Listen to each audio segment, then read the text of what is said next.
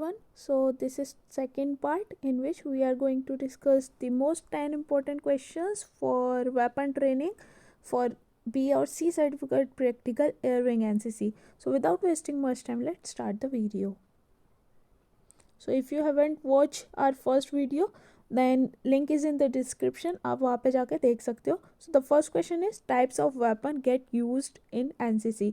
तो ये इसमें ना बहुत ज़्यादा कन्फ्यूज़न रहता है कि भाई कितने टाइप्स के हम एनसीसी में वेपन यूज़ करते हैं. तो मैं एक बार बता देती हूँ. लाइक हम जो शूटिंग फायर करते हैं वो हम .22 राइफल से करते हैं. .22 इसका नाम इसलिए बिकॉज इसमें जो कैलिबर या हमारी मैगजीन लगती है वो उसकी एमिनेशन .22 है. तो इसमें ना दो पार्ट होते हैं. एक Mark 4 होती है, एक हमारी डीलक्स राइफ़ल होती है. और डीलक्स का ही एक पार्ट है हमारी स्पोर्टिंग राइफ़ल, है ना. तो इसमें काफ़ी बहुत माइन्यूट सा डिफरेंस होता है. और वो डिफरेंस मतलब जब आपके पास राइफ़ल होगी तो आपकी 4 साइड टिप को देखकर आप पता लगा सकते हो.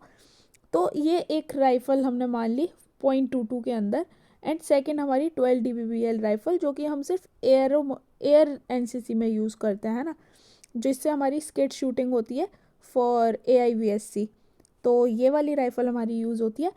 और जो SLR है ये इसमें बाय मिस्टेक टाइपिंग मिस्टेक हो गया है.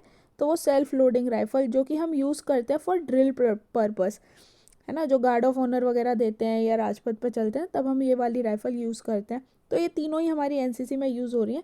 बट जो हमारी मेन राइफ़ल है वो हम शूटिंग वाली इसको काउंट करते हैं, है ना. अदरवाइज़ ये भी 2 एक्स्ट्रा राइफ़ल हैं, तो ये भी आपको ध्यान रखनी है कि हम इनको भी यूज़ करते हैं. तो जब आपको वाइवा में क्वेश्चन पूछा जा रहा है तो आप ये भी बता सकते हो, है ना. So the next question is position of shooting. तो इसमें वो लोग क्या करेंगे ना, आपको पोजीशन लेने को भी बोलेंगे. तो आपको किस तरह से लेफ्ट पैर आगे करना है, देन जंप करना है, देन लेटना है या लाइंग पोजीशन में आना है, वो सब आपको ध्यान रखना होगा. एंड इसमें भी हमारी 3 पोजीशन होती हैं हमारी जो NCC में यूज़ होती हैं, नीलिंग, लाइंग, स्टैंडिंग. और सॉरी यहाँ पे ना सिटिंग होना था, अगेन टाइपिंग मिस्टेक. तो एक सिटिंग पोजीशन भी होती है जो कि हमारी NCC में यूज़ नहीं होती है या हम अपनी शूटिंग में उसको यूज़ नहीं करते हैं.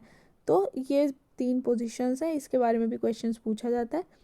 नेक्स्ट इज़ हमारी क्लीनिंग वे और उसके आइटम यूज़ जो हम करते हैं राइफ़ल के, या हम किस तरह से अपनी राइफ़ल को चेक करते हैं या टेकिंग केयर करते हैं, इस तरह से वो जनरली क्वेश्चंस पूछते हैं. तो दीज आर द 4 थिंग्स जो कि बहुत मोस्ट इंपॉर्टेंट है. पुल थ्रू वगैरह हम मारते हैं अपनी राइफ़ल में, तो या ऑयल हम यूज़ करते हैं उसके लिए हमारी जो चिंदी है यानी जो क्लीनिंग क्लोथ रहता है ना, या फ्लैनेट जिसको हम बोलते हैं, उसका साइज़ कितना रहता है वो भी कभी कभार पूछते हैं. तो ये आपको पता होना चाहिए. या फिर टेकिंग केयर और चेक में तो आपको ये सब बताना है कि भाई उसमें ऑयलिंग हुई है या नहीं है ना, या उसका चौक और की लॉक किया है या नहीं है, मैगज़ीन हटाई है या नहीं है, या उसकी बट प्लेट है या नहीं है ना. ये सब हमको चेक करना है. बोल्ट और उसका नंबर मैच कर रहा है राइफ़ल का या नहीं. तो ये सब चीज़ें हैं जो हमें अपनी राइफ़ल में चेक करनी होती है before shooting and after shooting. ठीक. So the fourth question is opening way sequence and practical. तो इसको हम बोलते हैं स्ट्रिपिंग इस प्रोसेस को, है ना. ये क्वेश्चन भी 1 वर्ड में आ जाता है. तो सबसे पहले अगर हमारा बैनेट यानी जो चाकू होता है राइफ़ल के आगे वो है तो वो हटाएंगे. देन सीलिंग यानी जो करी जिसे हम उसमें लाइक लटकाते हैं, है ना. लाइक जैसे राजपथ में जा रहे होते हैं तो उसमें वो धागा बांधते हैं, वो रस्सी टाइप बांधते हैं राइफ़ल में, उसको हम बोलते हैं, है ना. नॉर्मली शूटिंग वाली राइफ़ल में वो नहीं होती है. फिर हम बोल्ट को हटाएंगे, फिर मैगज़ीन को. तो ये एक पूरा प्रोसेस है कि हम किस तरह से स्ट्रिपिंग करते हैं राइफ़ल की. देन हमारा है असेंबलिंग, यानी हम राइफ़ल को बंद कैसे करते हैं. तो वो जो हमारा स्ट्रिपिंग ऑर्डर था उसी को अगर हम उल्टा कर देंगे तो हमारा असेंबलिंग हो जाएगी राइफ़ल की. तो इसका ना प्रैक्टिकल भी होता है असेंबलिंग ऑफ राइफ़ल का. तो वो वहाँ पे आपको प्रैक्टिकल करके बता सकते हैं, पूछ सकते हैं कि हाँ इसको असेंबल करके दिखाओ राइफ़ल को या फिर स्ट्रिपिंग करके दिखाओ. एंड जो हमारी 12 DBBL राइफ़ल है उसको भी असेंबल और उसको भी स्ट्रिपिंग करने का प्रोसीजर होता है एयरविंग NCC में. नेक्स्ट क्वेश्चन इज़ Mark 4 और 12 DBBL राइफ़ल उन सब के पार्ट्स. तो ये मोस्ट इंपॉर्टेंट क्वेश्चन है क्योंकि आपका थियोरेटिकल जो एग्ज़ाम होने वाला है उसमें भी पूछ लेंगे कि 5 पार्ट्स ऑफ राइफ़ल लिखो. तो ये आपको याद होने चाहिए. एंड वाइवा में भी ये क्वेश्चन पूछा जाता है या फिर आपसे पूछ लेते हैं कि इस पार्ट को क्या बोलते हैं, इस पार्ट को क्या बोलते हैं. इस तरह से भी क्वेश्चन हो जाता है. Question 7th is full form of DBBL and उसके ट्रिगर ऑपरेशन के बारे में क्वेश्चंस पूछा जाता है.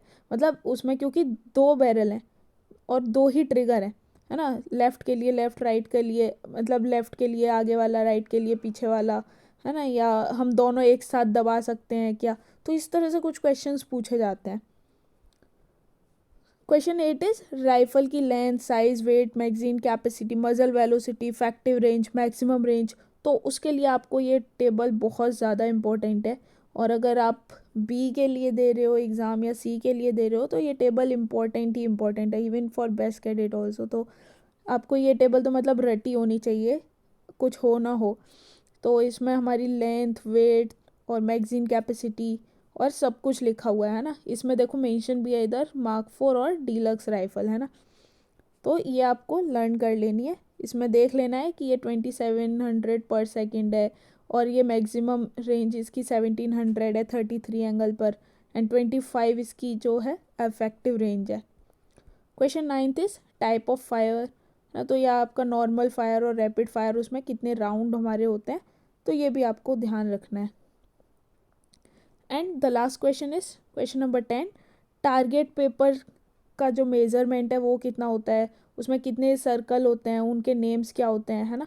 तो इससे रिलेटेड भी क्वेश्चन पूछा जाता है।